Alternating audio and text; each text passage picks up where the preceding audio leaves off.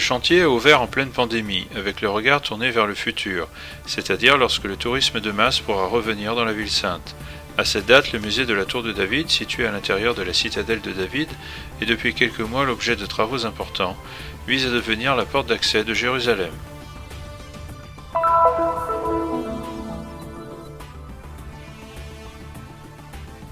Après plus d'un demi-siècle, l'église Saint-Jean-Baptiste située sur les bords du Jourdain retourne à la custodie de Terre Sainte. La zone de Kasr al-Yahoud, près du fleuve, avait été fermée après la guerre de 1967.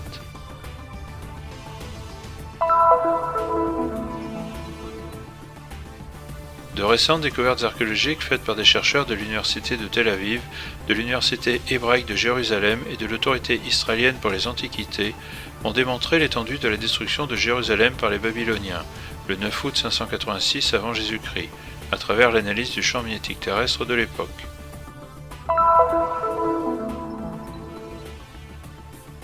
Le troisième reportage de la série dédié au Notre Père réalisé en Terre Sainte reprend les réflexions du pape François sur la prière que Jésus nous a enseignée et montre deux lieux liés à cette prière, le mont Carmel et le mont des Béatitudes.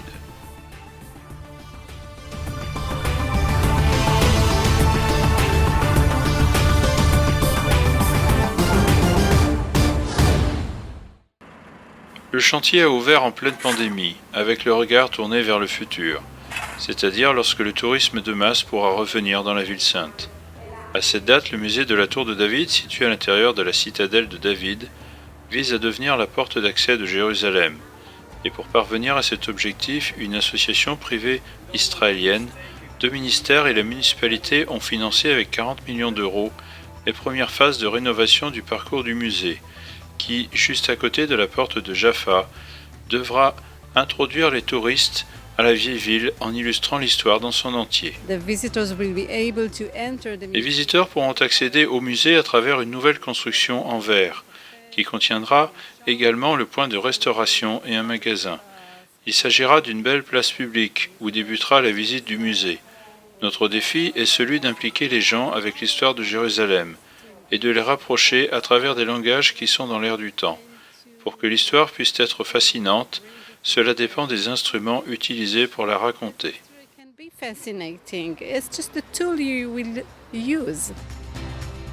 Les travaux devraient s'achever au printemps 2022. Parallèlement, les fouilles archéologiques se poursuivent. Pierre après pierre, la connaissance de l'espace interne et environnant au lieu dans lequel il y a 2000 ans surgissait le magnifique palais du roi Hérode est toujours de plus en plus approfondie.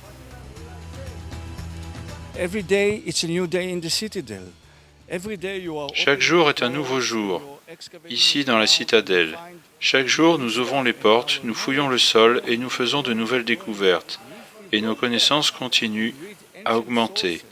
Si nous lisons les sources antiques, le récit des notes historiques de Flavius Joseph, il décrit le palais d'Hérode en ce lieu. Il parle d'un édifice magnifique, plein de pièces, de piscines, de bassins avec des poissons, de fontaines. Il était vraiment luxueux. Il y avait beaucoup d'or et d'argent. Dans certains passages, Flavius Joseph dit même que la beauté du palais d'Hérode dépassait celle du temple.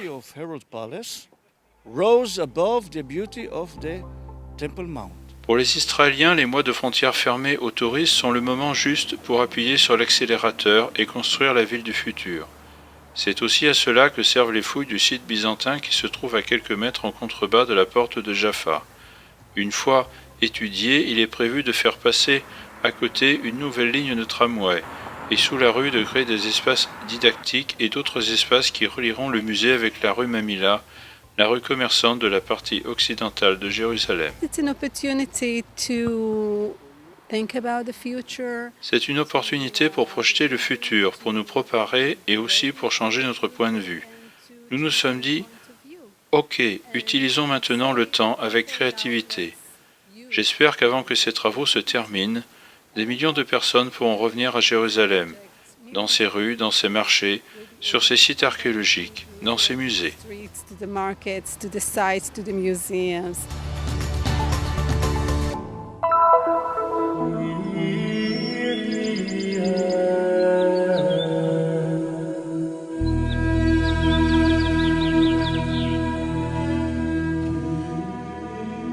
En En octobre, la custodie de Terre Sainte a officiellement repris possession de l'autorité israélienne de l'église Saint-Jean-Baptiste, située dans la zone de Kasr al-Yaoud sur les bords du Jourdain.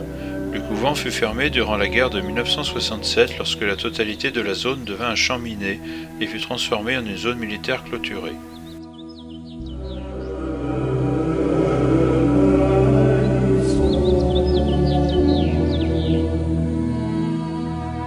Allo Trust est un organisme britannique spécialisé dans le déminage qui a œuvré dans le monde entier et a lancé un projet de réhabilitation du secteur du baptême de Jésus.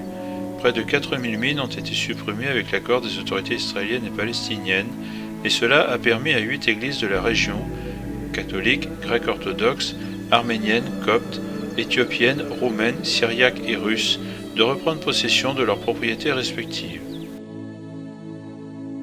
1641 الرهبان الفرنسيسكان بدأوا ييجوا ويعملوا الحج لهذا المكان لنهر الأردن المكان اللي اتعمد فيه. En 1641, les frères franciscains ont commencé à venir en ce lieu en organisant un pèlerinage au Jourdain, le lieu sacré où a été baptisé Jésus.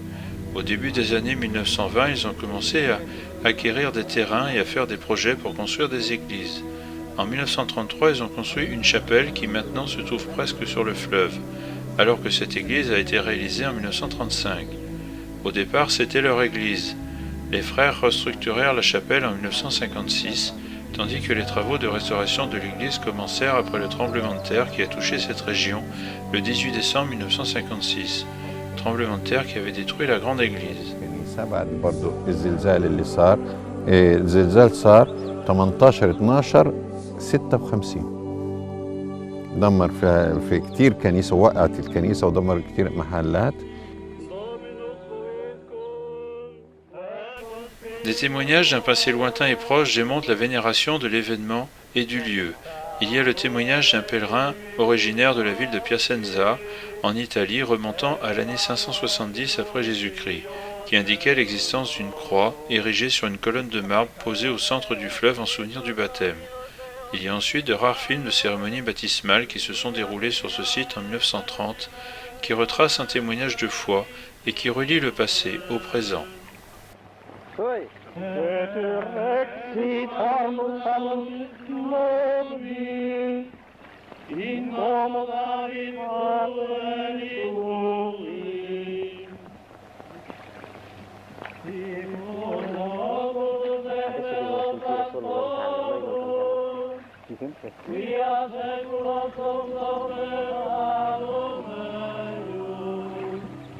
Il sito sarà accessibile e utilizzabile e nei prossimi mesi.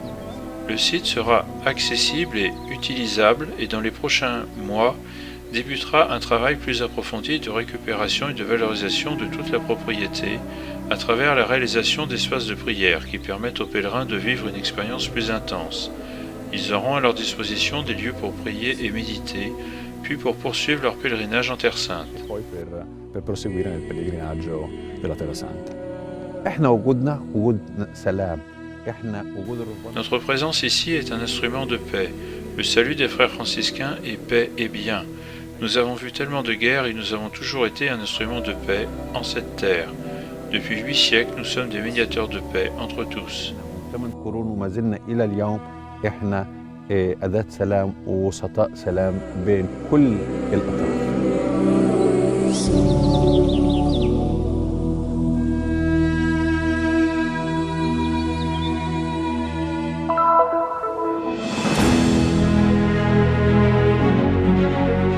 De récentes découvertes archéologiques faites à Jérusalem par des chercheurs de l'université de Tel Aviv, de l'université hébraïque de Jérusalem et de l'autorité israélienne pour les antiquités, et publiés sur la revue scientifique PLOS ONE, ont démontré l'étendue de la destruction de la ville sainte par les Babyloniens, à travers l'analyse du champ magnétique terrestre du 9 août 586 avant Jésus-Christ. Durant nos fouilles, nous avons découvert un bâtiment gravement endommagé par un incendie. En fouillant, nous avons trouvé dans le sous-sol des tonnes de céramique concassées et de poutres en bois brûlées. Tout indique une destruction très violente. Parmi les couches que nous avons analysées, il y avait des fragments de terre de très haute qualité. Le sol devrait être la dernière chose que nous voyons. Il ne devrait pas y avoir d'autres matériaux dessous. Les découvertes archéologiques indiquent que la destruction de l'édifice devrait remonter à 586 avant Jésus-Christ, l'année au cours de laquelle les Babyloniens détruisirent Jérusalem. Des fragments de céramique, des briques et des panneaux en bois ont enregistré les caractéristiques du champ magnétique terrestre existant au moment de la combustion. Cet énorme amas de terre nous a donné la rare opportunité de recréer le champ magnétique terrestre existant le 9 août 586 avant Jésus-Christ, parce que la masse contient des minéraux magnétiques. Lorsque nous avons chauffé la masse de terre à des températures très élevées, nous avons réussi à aligner l'analyse avec le champ magnétique terrestre de cette époque. Grâce au travail des analyses archéomagnétiques que nous avons menées en laboratoire à l'université hébraïque, nous avons pu reconstituer le champ magnétique de la masse de terre en un moment très spécifique du passé. Les mesures magnétiques ont démontré que le feu déclenché intentionnellement a été supérieur à 500 degrés Celsius. Ces découvertes archéologiques reflètent ce que l'on peut lire dans le second livre des rois, chapitre 25, versets 8-9. Le 7e jour du 5e mois, la 19e année du règne de Nabuchodonosor, roi de Babylone, Nebuzaradan, commandant de la garde au service du roi de Babylone, fit son entrée à Jérusalem. Il incendia la maison du Seigneur et la maison du roi. Il incendia toutes les maisons de Jérusalem, toutes les maisons des notables. All the houses of Jerusalem and all the houses. Nous sommes arrivés à la conclusion qu'il y avait ici une des grandes maisons de Jérusalem et quelques auberges, brûlées pendant la destruction de la ville du 9 août 586 avant Jésus-Christ. Jerusalem in 9th of Av 586 BC. Yoav Vaknim explique que pour recréer le champ magnétique terrestre, une date prouvée est nécessaire. Un événement historique survenu il y a des milliers d'années a rarement pu être défini avec précision comme cela a été le cas pour la destruction du premier temple. Mais c'est précisément de cette donnée que l'on a pu enquêter sur l'incendie de Jérusalem.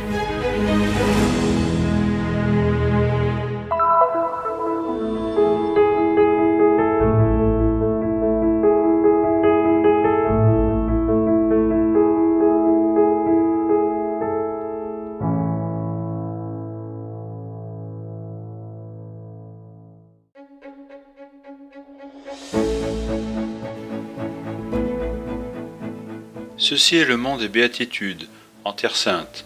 Ici, selon le pape François, Jésus a rempli de joie une série de personnes qui, à son époque, ainsi que dans la nôtre, n'étaient pas considérées. Bienheureux les pauvres, les bons, les miséricordieux, les humbles de cœur. C'est la révolution de l'Évangile. Le pontife a dit également que l'Évangile de Matthieu situe le texte du Notre Père en un endroit stratégique, au centre du sermon sur la montagne. Andando verso nord per Mettulla, a 150 metri sul lago. Poursuivant vers le nord en direction de Metula, 150 mètres au-dessus du niveau du lac, se trouve la colline ou, si nous préférons, le mont des Béatitudes. Suivant le texte évangélique, l'évangile de Matthieu au chapitre 5, versets 1 à 12 ou 11 à 16, l'architecte Barluzzi projeta le sanctuaire que nous pouvons visiter aujourd'hui. Et quel est le lien entre les Béatitudes et le Notre Père? Les Béatitudes sont contenues dans le 5e chapitre, tandis que le Notre Père se trouve dans le 6e chapitre de l'évangile de Matthieu, au verset 7 à 15. Où est donc le lien? Il n'y en a qu'un, le royaume des cieux. Del versetto 7 al 15. Qual è la connessione tra le beatitudini e il Padre nostro? Una sola, il regno dei cieli. Voici le grand secret qui est à la base de tout le sermon sur la montagne. Vous êtes les enfants de votre Père qui est aux cieux. Selon le pape, la prière n'a pas d'autre témoignage crédible que la même conscience dans laquelle s'entrelace un dialogue continu très intense avec le Père. Mais toi, quand tu pries, entre dans ta chambre et ferme la porte. Prie ton Père dans le secret. Dovete intraprendere con il Signore. Vous devez entreprendre un dialogue avec le Seigneur, et ce dialogue doit être intime, parce que c'est un dialogue avec votre Dieu. Che è un dialogo con il tuo Signore. Outre le mont des Béatitudes, le pape parle dans cette catéchèse de l'un des lieux où pria le prophète Élie. Il Monte Carmelo lo possiamo chiamare come una catena di montagne nella quale Nous pouvons définir le mont Carmel comme une chaîne de montagnes, dans laquelle le mont Carmel s'étend vers le nord-ouest et vers le sud-est. Deux points sont les plus importants. Celui que les pèlerins visitent fréquemment est au nord-ouest, où se trouve l'église des Carmélites.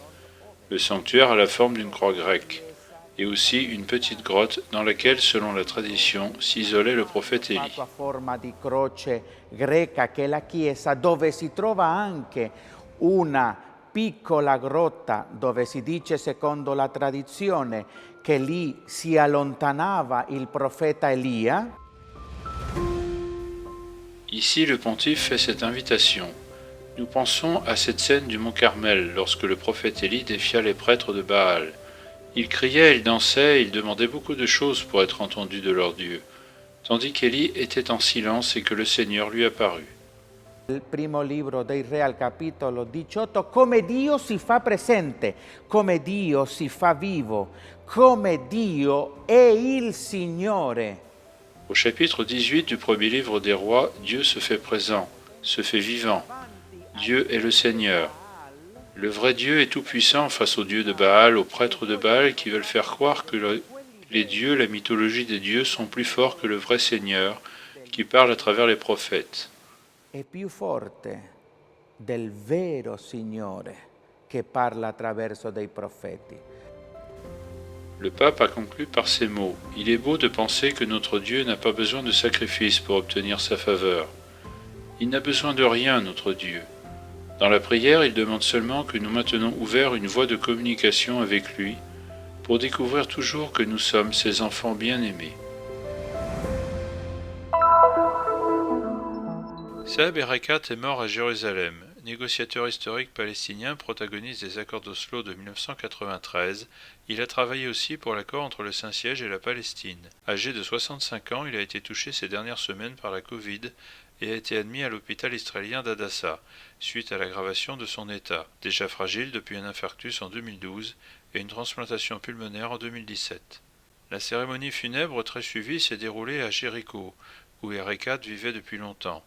L'ensemble de la classe politique palestinienne et des leaders du monde arabe le pleurent, de l'Égypte à la Jordanie et au Liban. Mais des messages de condoléances sont arrivés également des représentants politiques israéliens qui reconnaissent les efforts diplomatiques de Saeb Erekat. L'ancien ministre des Affaires étrangères, Tzipi Livni, a écrit sur Twitter « Je suis triste de la mort d'Erekat qui avait l'habitude de dire « Obtenir la paix est mon destin ».